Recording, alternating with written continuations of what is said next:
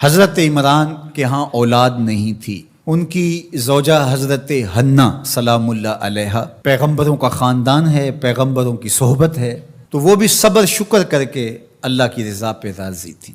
گھر کے صحن کے اندر دوپہر کے وقت چارپائی بچھائے ایک درخت کے نیچے قیلولہ کرنے لگی تو ایک منظر دیکھا کہ درخت پر ایک چڑیا نے گھونسلہ ڈالا ہوا تھا اور اس نے بچے دیے ہوئے تھے۔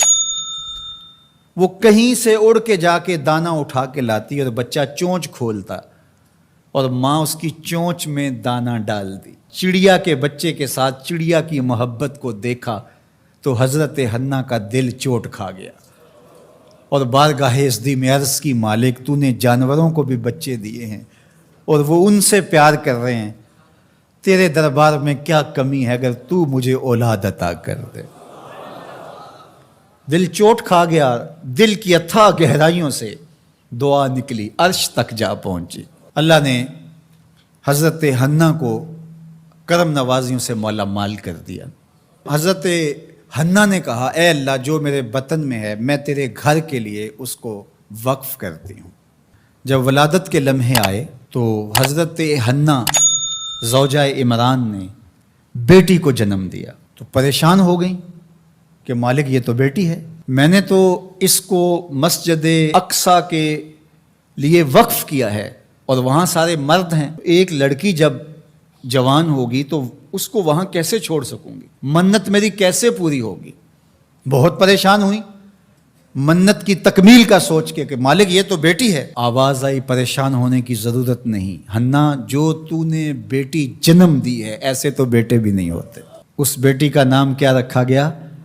مریم سلام اللہ علیہا۔ بیٹی جوان ہو گئی تو منت یاد آئی کہ اب اس کو بیت المقدس میں ہم نے وقف کرنا ہے۔ پریشانی ہوئی کہ اب 300 حجرے ہیں جن میں مرد ہی مرد ہیں، ایک تنہا عورت کیسے وہاں رہے گی؟ تو یہ سوچا کہ کوئی بوڑھا بزرگ ہو جس کی کفالت میں ان کو دیا جائے تو وہ ان کی دیکھ بھال کرے، ضروریات کو پورا کرے۔ تو بہت سارے لوگ اس سعادت کے لیے تیار ہو گئے۔ پھر قرعہ ڈالا گیا، قرعہ فال نکلا حضرت زکریا علیہ السلام کے نام۔ اللہ کے جلیل القدر پیغمبر اور رشتے میں خالو بھی لگتے تھے، کہا یہ سعادت میرے ذمہ رہی، اور چونکہ ان کے ہاں بھی اولاد نہیں تھی انہیں کہا ٹھیک ہے ہم اسے بیٹی بنا کے اس کا خیال رکھیں گے۔ حضرت زکریا علیہ السلام نے ایک حجرہ مختص کیا حضرت مریم کے لیے اور ان کی ضروریات کو پورا کرتے، کھانا دیتے۔ جب کہیں جانا ہوتا تو حجرے کو باہر سے تالا لگا کے چلے جاتے، افطار کے وقت یا رات کو گئے ہیں تو سحری کے وقت پھر آ جاتے۔ ایک دن حضرت زکریا علیہ السلام تالا لگا کے کہیں گئے کام، واپس آتے ہوئے دیر ہو گئی اور افطار کے لمحے گزر گئے، بہت پریشان ہوئے تو خیر سامان لے کے تیزی سے پہنچے اور آ کے دروازہ کھولا، وجد عندہا رزقا، تو دیکھا بے موسم پھل پڑے ہوئے ہیں۔ حیرت تو یہ تھی کہ پھل ہیں، دروازہ مقفل ہے، باہر سے کوئی اندر نہیں جا سکتا، اندر سے کوئی باہر نہیں آ سکتا، پھل کیسے آئے؟ پہلی حیرت تو یہ، پھر پھل بھی بے موسم۔ قال یا مریم ان لک ھذا، اے مریم یہ کہاں سے آئے؟ قالت ھو من عند اللہ، کہا یہ میرے اللہ کی طرف سے آئے، یہ مجھے میرے رب نے دیے ہیں۔ ان اللہ یرزق من یشاء بغیر حساب، وہ جس کو چاہتا ہے بغیر حساب کے عطا کرتا ہے، اس کے لیے کوئی مشکل نہیں ہے۔ جو ماں کے پیٹ میں بچے کو رزق دیتا ہے، انڈے میں چوزے کو رزق دیتا ہے، وہ حجرہ مریم میں مریم کو رزق نہیں دے سکتا؟ اب حضرت زکریا علیہ السلام کا ذکر آپ نے سنا کہ ان کے ہاں اولاد نہیں تھی، اور عمر کتنی ہو گئی تھی؟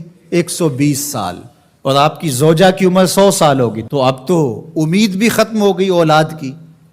لیکن جب بے موسم پھل دیکھے نا تو اندر چھپی ہوئی امید کی موہوم سی جو چنگاری تھی وہ بھڑک اٹھی، اور حضرت زکریا نے ہاتھ پھیلا لیے، ہنالک دعا زکریا رب، مالک جب تو مریم کو بے موسم پھل دے سکتا ہے، میرے شجر عمر پر اولاد کے آنے کا موسم بیت گیا ہے، لیکن مالک کیا تو مجھے بے موسمی اولاد نہیں دے سکتا؟ حضرت زکریا وہیں کھڑے ہو کے دعا مانگنے لگے، معلوم ہوا جہاں رحمتیں اترتی دکھائی دیں وہاں دعا مانگی جاتی ہے۔ ہم جب اللہ والوں کی قربت میں جا کے اللہ سے دعا مانگتے ہیں تو کچھ لوگ معترض ہوتے ہیں کہ اللہ تو ہر جگہ موجود ہے، یہاں کیوں مانگ رہے ہو؟ مسجد اقصی پاس ہے لیکن حجرہ مریم میں اللہ کا پیغمبر دعا مانگ رہا ہے، وہاں رحمت آنکھوں سے اترتے ہوئے دیکھی۔ ان رحمت اللہ قریب من المحسنین، اللہ قرآن میں فرماتا ہے میری رحمت محسنین نیکوکاروں کے نیڑے ہوتی ہے، اس لیے ہم اللہ والوں کے قریب جا کے اللہ سے مانگتے ہیں، مالک تیری رحمتیں یہاں برس رہی۔ ہنالک دعا زکریا ربہ، وہیں کھڑے ہو کے دعا مانگنا شروع کر دی، اللہ مجھے ستھری اولاد عطا کر دے۔ پھر کیا ہوا کہ کہا گیا یہاں دعا کیوں مانگ رہے ہو، میرے گھر میں آؤ۔ کہا گیا نبی ہو کے ولیہ کے حجرے میں دعا مانگ رہے ہو، تمہیں کچھ نہیں دیا جائے گا؟ نہیں، سنو قرآن سنو، فنادتہ الملائکہ، فرشتے آ کے پکار کرنے لگے۔ کب؟ وَهُوَ قَائِمٌ يُصَلِّي فِي الْمِحْرَابِ، وہ حجرے میں کھڑے ابھی دعائیں مانگ ہی رہے تھے، فرشتوں نے آ کے ندا دی کیا؟ ان اللہ یبشرک بیحییٰ، اے زکریا تمہیں مبارک ہو، ہم تمہیں یحییٰ عطا فرمائیں گے۔ اولاد مانگی ہے تو یحییٰ ملے گا، لیکن اکیلی اولاد نہیں مانگی، ذریۃً طیبہ، ستھری اولاد مانگی ہے، پاک اولاد مانگی ہے۔